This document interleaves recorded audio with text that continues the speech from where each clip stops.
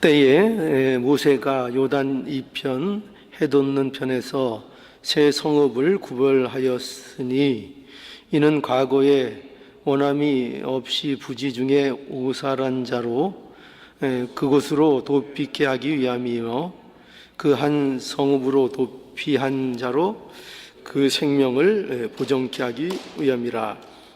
하나는 광야 평연에 있는 베셀이라 르벤 지파를 위한 것이요 하나는 길르앗 라무시라 갓 지파를 위한 것이요 하나는 바산 골란이라 문헤세 지파를 위한 것이었더라. 42절에 보면 이는 과거에 원험이 없이 부지 중에 오살한 자로 그곳으로 도피케 하기 위함이며 그 한 성읍으로 도피한 자로 그 생명을 보존케 하기 위함이다. 이렇게 이제 나와 있습니다. 여기에 이제 그 도피성을 두게 하신 이유인데 여기 간단하게 돼 있죠. 과거에 원혐의 없이 부지 중에 오살한 어떤 그 원한이나 미움, 어떤 계획적인 의도가 없이, 그러니까 그 고의성 없이 사람을 이렇게 죽게 만든 자 있을 때에 그런 사람들을 이제 도피케 하기 위해서 그 한 성읍으로 도피케 하고, 그리고 그 사람들의 그 생명을 이제 보존하기 위해서 이 도피성을 이제 두는 것이다, 이렇게 설명하고 있죠. 근데 이러한 그 내용을 조금 더 우리가 좀 자세하게 알기 위해서는 민수기 35장을 한번 가보시면 바로 그 앞에요. 신명기 앞에 그 몇 장만 안 넘기면 있습니다. 민수기 35장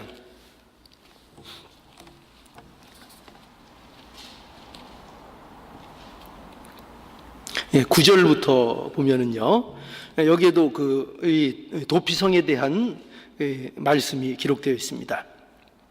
여호와께서 또 모세에게 일러 가라사대, 그러니까 누가 모세에게 말씀하신 거죠?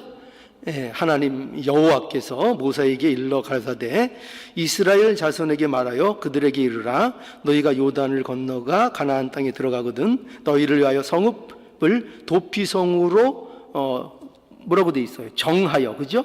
그릇 살인한 자로 그리로 피하게 하라. 여기에서 말하는 이 그릇 살인한 자, 이 자도 같은 표현이죠. 뭐냐면 그 고의적인 살인이 아니고 실수로 사람을 죽게 하는 그런 일을 한 사람이 있을 때에 바로 이 도피성으로 이제 피하게 하라, 이렇게 되어 있고, 그래서 여기 보면은 그릇 살인한 자가 피하게 하는 거죠. 그래서 결국은 뭐를 하시겠다는 겁니까? 여기 12절에도 한번 볼까요? 이는 너희가 보수할 자에게서 도피하는 성을 삼아 살인자가 회중 앞에 서서 판결받기까지 죽지 않게 하기 위함이니라. 그러니까 여기 뭐가 돼 있죠? 판결을 받기까지 죽지 않게 하기 위함이다. 그래서 이거 그 오판을 하면 안 되잖아요, 그죠? 오판을 해서 뭐랄까요? 잘못된 공정한 심판이 되지 못하고 고의로 살인하지 않은 그 좀 억울한 자가 예를 들어서 그 살인, 그 죽은 사람의 그 가족이라든가, 그죠? 그런 사람들이 원한을 가지고 그 사람을 잡아서 마음대로 처단을 해버리고, 이래서 피해 보복이 이루어지면 그러면은 무슨 질서가 깨지는 겁니까? 그 법의 질서가 깨지고 어떤 이스라엘 그 내의 공정성을 기하고 억울한 사람들이 없어야 되잖아요, 그죠? 이 공정성이 이루어지는데 그런 일들이 훼손되면 안 되니까 이 도피성이라는 것을 이제 두게 해서 뭐를 한다고요? 공정하게 심판받도록. 생각해 보세요. 내 가족이 이제 죽음을 당하면은 이때 이런 법 같은 것이 사실은 집행이 안 되고, 어떻게 보면은 이런 시대만 해도 이게 직접 그 칼과 주먹이 왔다 갔다 하는 시대 아닙니까? 그러니까 그냥 방치하면은 이 실수로 상대를 죽게 했는데도 그거에 대해서 원한을 갖고 증오를 품고 그 원수를 갚는 피해 보복이 일어나잖아요. 그럼 피해 보복이 일어나면 그럼 또 상대편에서도 어떻게 해요? 그것을 또 보복하고 보복하는 이런 피해 보복의 이 고리가 계속 순환되는 악순환을 갖게 되고, 어떤 뭐랄까요? 정당하지 않은 피가 땅에 흘려지는 이런 일들이 벌어지게 되는 거죠. 이제 하나님께서는 그런 것을 기뻐하지 아니하시는 거죠. 그래서 그런 것을 막기 위해서 공평과 공의를 뭐랄까요? 뭐라고 표현할까요? 공의를 사랑하시는 그 공의를 속성으로 가지고 계신 그분의 그 뜻을 이루는 한 방법으로서, 그러니까 이게 도피성이라는 것이 이제 있게 되는 것입니다. 그러니까 하나님의 어떤 조치인 거죠. 공정성을 이루고 공정한 심판을 하고 잘못된 보복을 순환하지 않도록 하는 하나님의 조치로서 있는 게 뭐라고요? 이게 이제 도피성이라는 제도를 하나님께서 두게 하신 것입니다. 그런데 우리가 이 말씀을 대하면서 가장 중점으로 우리가 생각해 봐야 할 문제는 뭐냐면은 바로 이런 데 있습니다. 뭐냐면 보세요. 이 도피성을 두는 곳이 어디냐 하는 것인데요. 도피성이, 그러니까 도피성을 어디에다가 하나님께서 두라고 명령하셨는가 하는 것이 굉장히 중요한 내용입니다. 그러니까 이것은 어떤 지금 특정 지역의 성읍을 얘기하는 것이 아니라 지금 무슨 의미인가 하면은 하나님께서 지금 도피성을 두라는 그것이요, 하나님께서 이스라엘 백성들에게 준 그 땅이라는 얘기입니다. 그 땅. 그러니까 정복한 땅, 그죠?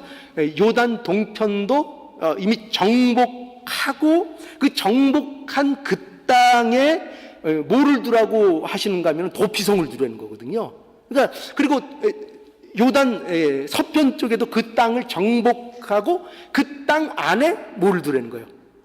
도피성을 두라고 이렇게 명령하고 계신 겁니다. 자, 보세요. 오늘 본문에도 43절을 볼까요?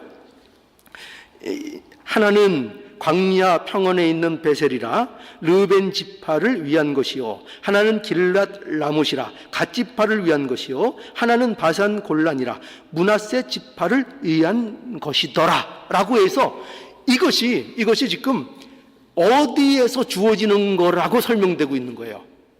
여기에서 하나님께서 이스라엘 백성들에게 지금 정복하게 해서 정복한 그 땅, 주어진 땅, 거기에다가 지금 이제 이 도피성을 두라고 말씀하고 있는 겁니다. 아까 봤던 민수기 35장을 다시 한번 볼까요? 민수기 35장 다시 9절과 10절을 다시 한번 보시죠.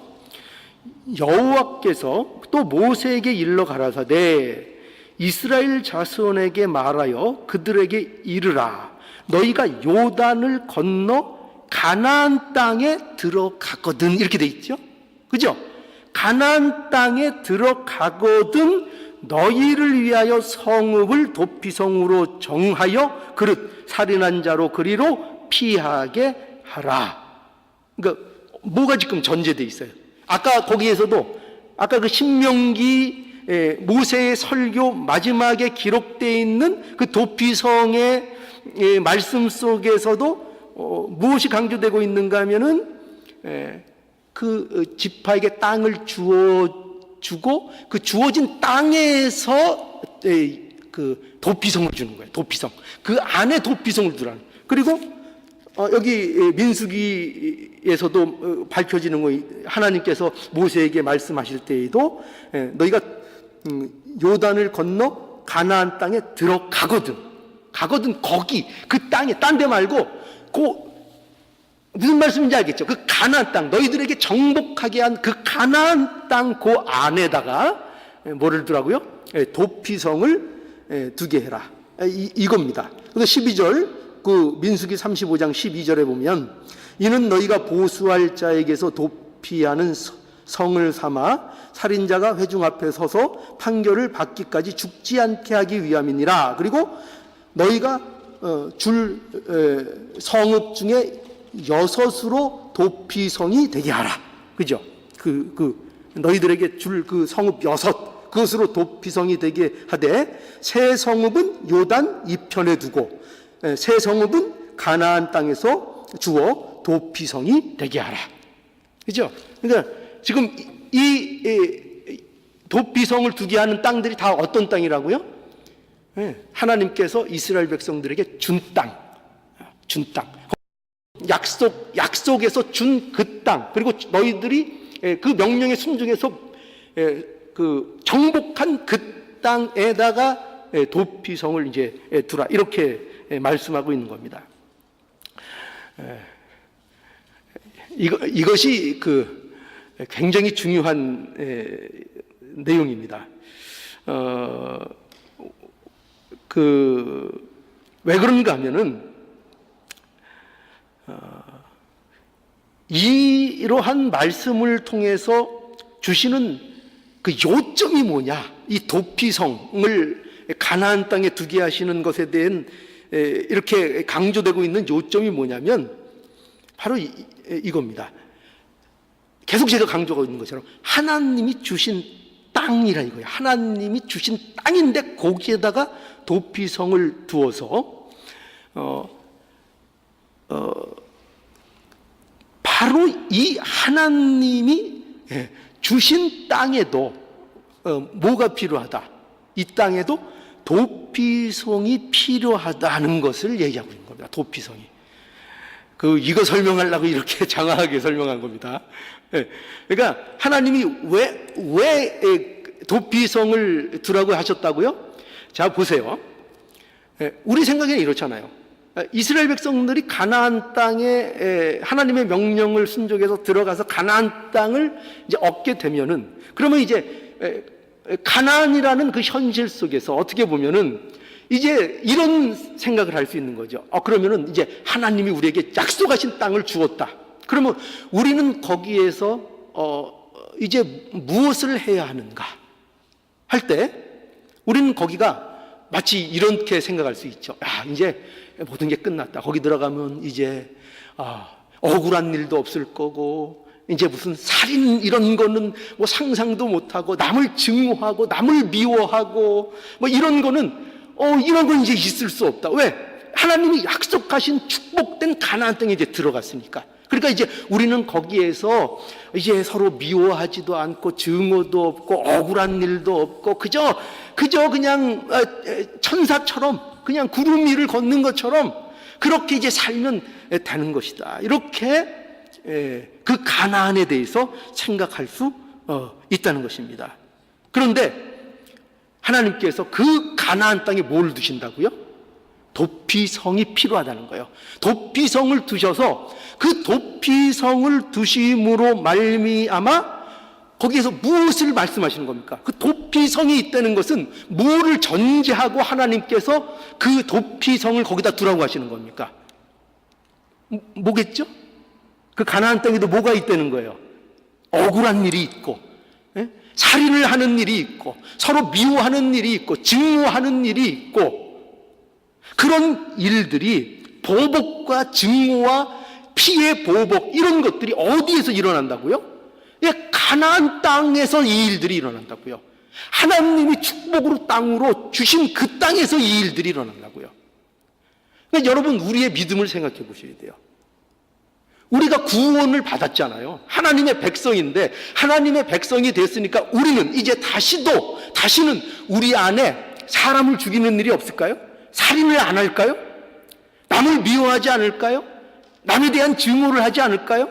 피해 보복을 하지 않을까요? 그렇지가 않다는 거예요. 그런 일들이 여전히 있다는 거예요. 여전히. 뭐를 받았는데? 구원을 받았는데요. 은혜를 입었는데, 예수를 믿는데도 천국 백성이라는 그 가나안이라는 현실을 하나님께서 예수 그리스도 안에서 우리에게 주셨는데, 그런데도 어떻다고요? 예, 거기에는 도피성이 있어야 되는 곳이라고요. 거기가. 그런 것이 없어도 되는 그런 구름 위를 걷는 것 같고 모든 것이 만사형통이고 다시는 죄도 안 짓고 살인할 마음도 없고 미워하는 마음도 없는 그런 곳이 되는 것이 아니라 여전히 그런 상황들이 연출되고 온갖 비리와 억울함들이 있을 수 있는 곳, 그게 가나안이라는 거예요. 그게 신자의 현실이라는 거예요. 그래서 여러분, 이것이 우리에게 왜 이렇게 강조되어야 하는가, 이 도피성이라는 문제가요. 오늘날 바로 이 문제 때문에 그렇습니다. 구원받은 자에게 뭐가 필요하다고요? 도피성이 필요하다고요. 이게 중요한 겁니다. 구원받은 자에게. 구원을 받은 자에게 필요한 게 도피성이라는 거예요. 오늘날 우리에게 도피성이 필요한 것입니다. 예, 도피성이 뭐죠? 도피성이 여러분 쉽게 알 수 있죠. 도피성이 무엇을 우리에게 가르쳐주기 위한 하나의 상징이고 예언입니까? 왜 도피성을 두셨죠? 이 도피성은 바로 예수 그리스도에 대한 상징이에요. 그죠? 예수 그리스도에 대한 예언인 것입니다. 그래서 우리에게 있어서 예수 그리스도가 필요한데, 애굽에서 나온 이스라엘 백성들이 가나안 땅에 들어가도 뭐가 필요하다? 도피성이 필요한 것처럼 저와 여러분들이 예수를 믿고 구원을 받고 은혜를 입었어도 여전히 우리에게 필요한 건 뭐다고요? 예수 그리스도가 필요하다고요. 예수 그리스도가 필요하다는 것입니다. 그러니까 이 부분이 많은 분들이요, 예수 그리스도가 이런 측면에서만 필요하다고 생각해요. 뭐냐면 칭의. 그렇죠? 우리가 구원을 받을 때, 칭의 구원, 우리가 구원할 때 이렇게 그 신학적으로 얘기하면 뭐 성화 구원, 칭의 구원, 뭐 영화 이렇게 우리가 신학적으로 구분을 하잖아요. 그런데 사실은요, 이 구원이라는 개념은요, 이렇게 딱딱 끊어서 얘기할 수 있는 구원이 아니에요. 왜냐하면 구원은 반드시 그것이 연속성을 갖고 있기 때문에요. 칭의를 얻은 자가 성화를 이루어가고 성화를 이루어나는 자가 끝내 영화라는 그 단계에 이르는 이 연속성을 갖고 있기 때문에요. 그래서 하나만 끊어서 뭐 칭의는 받았는데 성화는 안 되고 이렇게 되지를 않아요. 그 정도의 차이는 있지만 그것이 이루어져 나가는 과정으로 하나님께서 우리에게 돼 있어요. 그래서 성경은 어느 때는 전체적인 구원을 얘기하기도 하고, 어쩔 때는 칭의를 구원하기도 하고, 어쩔 때는 성화 구원을 얘기하기도 하고, 어쩔 때는 영화로서의 구원을 얘기하기도 하는 거예요. 그런데 많은 사람들이 어떤 오해를 가지고 있는가 하면은 예수 그리스도를 칭의적인 차원에서만 필요한 것으로 오해를 하고 있어요. 그래서 그저 예수 믿고 구원받다. 그러면 구원을 받으면 그 다음부터는 예수는 필요 없고 내가 모든 것을 해나가는 내가 중심이 되는 것이 신앙생활이라고 생각해요. 그런데 그게 아니라는 거예요. 그거는 신앙생활이 아니에요. 구원받은 자에게 누가 필요하다고요? 도피성이 필요하다고요. 구원받은 자에게 언제나 달려가서 언제나 피해야 할 예수 그리스도가 필요하다고요. 언제나 예수 그리스도께로 달려가야 돼요. 언제나 예수 그리스도로 들어가야 돼요. 그것이 우리가 바로 구원을 이루어 나가는 유일한 길이에요. 유일한 길. 기독교 신앙은 처음부터 끝까지 예수 그리스도예요. 예수로 믿고 구원받고 예수로 우리의 삶 속에 살아나가고 예수를 통해서 자라나는 거예요. 이것이 바로 기독교 신앙이 갖고 있는 아주 진수고 영화로움인 거예요. 그래서 구원을 받으면, 생각해 보세요. 구원을 받으면 이제 그 사람은 어떻게 될까요? 구원을 받았다. 저와 여러분들이 이제 구원을 받은 거죠. 구원을 받으면 그러면은 그때부터 이제 여러분들은 이제 살인 안 합니까? 어떻게 생각하세요? 여러분 구원을 여러분들이 받으시고 예수를 믿으면 이제 여러분들이 이제 억울한 일을 안 당합니까? 어떤 불의의 사고가 이제 없나요? 그때부터 이제 미워하는 게 이제 싹 가시나요? 이제 아무도 안 미워하나요? 증오도 없나요? 미워하는 거 없나요? 아니죠. 예수 그리스도를 믿어도 여전히 나는 어떤 사람일까요? 나는 숱하게 사람을 죽여요. 여러분들은 어떤지 모르는데 저는 고백할게요. 저는 연쇄살인범이에요. 수준이. 여러분들은 어떠신가요? 여러분들은 어떨 것 같으세요? 살인 안 한다고요? 여러분, 그렇지 않습니다. 구원을 받아도 신자의 현실은 도피성이 필요한 것이 현실이고, 이 도피성으로 피하지 않으면 저와 여러분들은 어떻게 할 수밖에 없냐면 끊임없이 피해 보복을 반복하는 수밖에 없습니다. 우리가 구원을 받았다고 해도요, 구원을 받고 예수를 안다고 해도요, 예수로 실제로 살지 않고 예수로 나가는 그 일이 없으면 예수 안에 거하는 것이 끊어지고 내 맘대로 사는 순간부터 우리는 온통 피해 보복, 미움이나 증오나 이런 것에 휩싸여서 사는 존재가 되어버리는 거예요. 그러니까 우리는 둘 중에 하나예요. 예수에게 붙어 있을 것이냐, 아니면 온갖 피해 보복의 고리 속에서 미움과 저주와 살인을 하면서 살아갈 것인가. 그 순간 둘 중에 한 순간밖에 없어요. 그러니까 예수를 떠나면 바로 그쪽으로 가는 거예요. 그러니까 예수 안에 있고 예수 안에 살면은 뭐가 된다고요? 그러면 도피성에 들어가서 그 하나님의 말씀을 순종하는 자가 되는 거예요. 순종할 수 있는 자가 되는 거예요. 그래야 모든 것이 가능해지는 거예요. 하나님 말씀을 순종하는 일이 그래야 가능해지는 거예요. 예수 그리스도 안에 거하지 않고는 하나님 말씀을 순종하는 것은 이거는 불가능한 거예요. 택도 없는 거예요. 우리 자신을 보면 알죠. 그래서 예수 그리스도를 도피성으로 삼지 않고는 신앙생활이 된다 안 된다? 제가 늘 얘기하죠. 안 돼요. 신앙생활이 안 된다고요. 여러분 마태복음 5장에 한번 가보실까요? 마태복음 5장 21절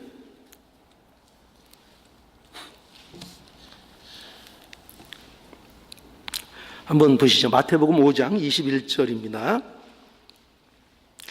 자, 여기 심각한 한 주제가 나오죠.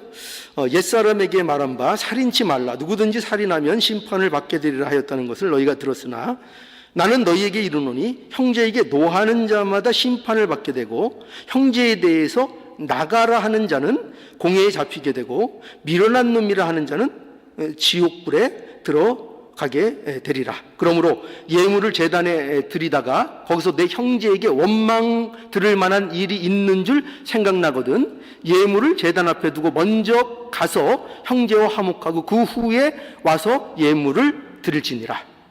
자, 여러분 보세요. 여기 지금 뭐 하지 말라고 돼 있다고 그랬죠? 옛말에? 살인하지 말라. 이 살인하지 말라는 말이 어디에 있어요? 십계명에 우리 대표적인 그 살인하지 말라는 말씀이 있죠. 자, 이 살인하지 말라는 것은 율법의 하나님의 명령입니다. 하나님 백성에게 주시는 하나님의 명령입니다. 여러분, 그럼에도 불구하고 저와 여러분들이 살인을 하면 어떻게 됩니까? 살인을 하면 저와 여러분들은 어떻게 돼야 됩니까? 어떻게 돼야 돼요? 심판 받아야 되잖아요. 살인하면 심판을 받아야 하는 것이 그 율법의 그 법칙이잖아요. 그죠? 그러면 저는 어떻습니까? 저는. 아까 제가 앞서 이미 고백을 했죠? 저는 어떤 사람이라고요? 연쇄살인범인데? 저는 그럼 심판 받아야 됩니까? 안 받아야 됩니까? 심판 받아야 돼요. 마땅히 받아야 되죠. 받아야 되죠. 여러분들은 어떻습니까? 여러분들은 심판 받아야 됩니까? 안 받아야 됩니까? 받아야 되죠. 자, 여기 예수님께서 그렇게 말씀하시고 뭐라고 계속 하시는가 하면은 형제에게 노하는 자마다 심판을 받게 된다는 거예요. 그러니까 여기서 예수님은 그 살인, 이렇게 실제적인 물리적으로 죽이는 그 살인 정도를 얘기하는 것이 아니라 형제에게 노하는 자마다, 그러니까 형제에게 노하는 거를 뭐로 보신다는 거예요? 살인.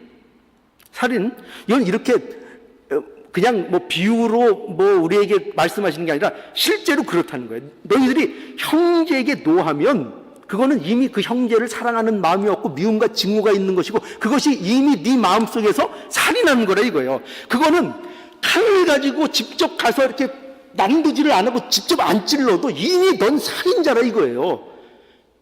살인자. 여러분 어떻습니까? 우리는 노했습니까? 안 노했습니까? 형제들에 대해서 많이 노했죠. 나가라 하는 자는 공회에 잡히게 된다 이거죠. 공회에 잡힌다. 공회에 잡힌다는 것은 중범죄를 얘기하는 거죠. 미련한 놈이라 하는 자는 여기 한서 지옥불에 들어가게 된다. 이렇게 말씀하고 있는 것을 보게 되죠. 여러분 그럼 이제 자 생각해 보시죠. 그러면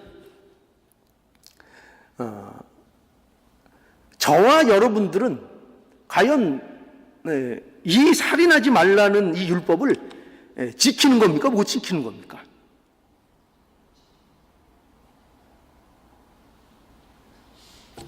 그럼 이렇게 물어보죠. 나는 살인하지 말라는 이 하나님의 말씀을 지킬 수 있습니까? 없습니까? 나는 지킬 수 있습니까? 없습니까? 못 지키죠. 그죠? 나는 알잖아요. 나는 기회만 있으면 살인을 하는데요. 기회만 있으면 살인을 합니다.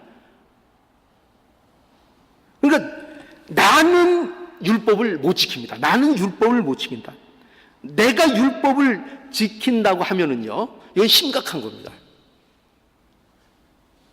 그러니까 만약에 저와 여러분들 중에 나는 율법을 지킨다.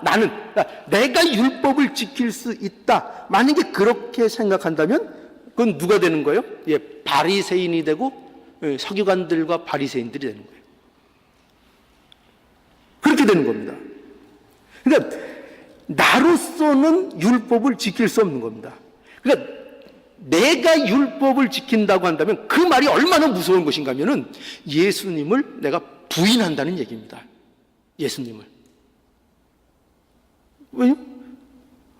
내가 율법을 지킬 수 있는 것은 예수님이 필요 없다는 것을 얘기합니다. 필요 없는 걸 얘기해요. 그러니까 나는 못 지키는 거예요. 여러분, 우리 그 주일날 우리 원로 목사님도 십계명 설교 말씀하시면서 그런 고백을 하셨죠? 내가 부모 공경을 못했노라고. 그 고백하시는 거 제가 들었습니다. 부모 공경 못하셨을까요? 저는 잘하셨을 것 같아요. 그런데도 부모 공경을 못하셨다고 고백을 하시는 거예요. 그러니까 그러면 원로 목사님도 십계명을 지켰습니까? 못 지켰습니까? 못 지키셨어요. 그죠? 못 지켰습니다. 여러분, 우리는요, 부모 공경만 못하는 게 아니에요, 사실은. 부모 공경도 안 되고, 우리는 하나님도 못 섬겨요. 저와 여러분들이 하나님만 섬길까요? 예수 믿게 돼서 하나님만 섬길까요? 마음에 뭐 어떤 흔들림도 없고 어떤 것도 틈 안 타고 나는 그저 백옥처럼 순수하게 전심으로 하나님만 전심으로 섬기는 그 섬김으로 하나님 앞에 나가고 있는가요? 한번 곰곰이 생각해 보세요. 하나님만 섬기고 있는가? 여러분, 우상을 안 만들고 있을까요? 우상을 안 섬기고 있을까요? 벌써 우상이 주위에 수두룩하잖아요. 그죠? 자녀들도 있고, 그죠? 또 뭐 있어요? 우상. 내가 하여튼 하나님보다 더 사랑하는 거. 그죠? 더 마음 뺏기는 거. 더 시간 투자하고. 그냥 눈만 뜨면 우상이 주위에. 예. 그러니까 우상 지키지 말라는 것도 못 지키고. 안식일은 어떨까요? 안식일을 온전히 다 지킬까요? 그냥 하나님이 우리에게 말씀하시는 그 수준으로 우리가 그 안식일을 지켜낼까요? 어떻게 생각하세요? 옛날엔 제가 그 청년 때인가요? 고등학교 때인가 그 명륜교회 쪽으로 무슨 일이 있어 가는데 그때 제가 차비가 없어서 토건을 샀나. 그랬다가 이제 전도사님한테 엄청 혼났죠. 엄청 혼났습니다. 미리 토건 준비 안 하고 주일날 샀다고. 엄청 혼났습니다.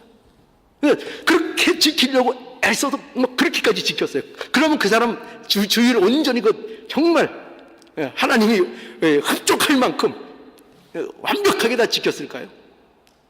어떻게 생각하세요?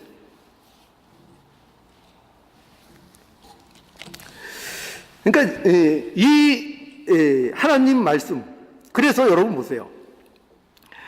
우리가 구원을 받았고 하나님의 백성이 되었지만요, 우리가 나로서는 그렇다고 해서 하나님의 말씀을 온전히 지킬 수 있는가? 그렇지 못하는 것이 현실이라는 거예요. 하나님 말씀을 온전히 지키지 못해요. 그래서 뭐가 우리에게 필요하다고요? 그래서 우리가 구원을 받았음에도 불구하고 뭐가 필요하냐? 날마다 예수가 우리에게 필요한 거예요. 그거를 우리가 아는 거예요.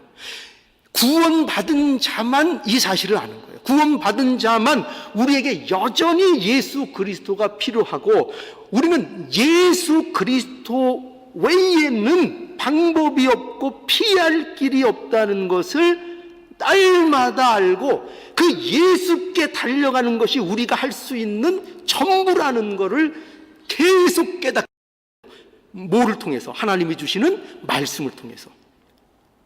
우리 대표님, 니네 나만 섬겨야 된다. 다른 우상 섬기면 절대 안 된다.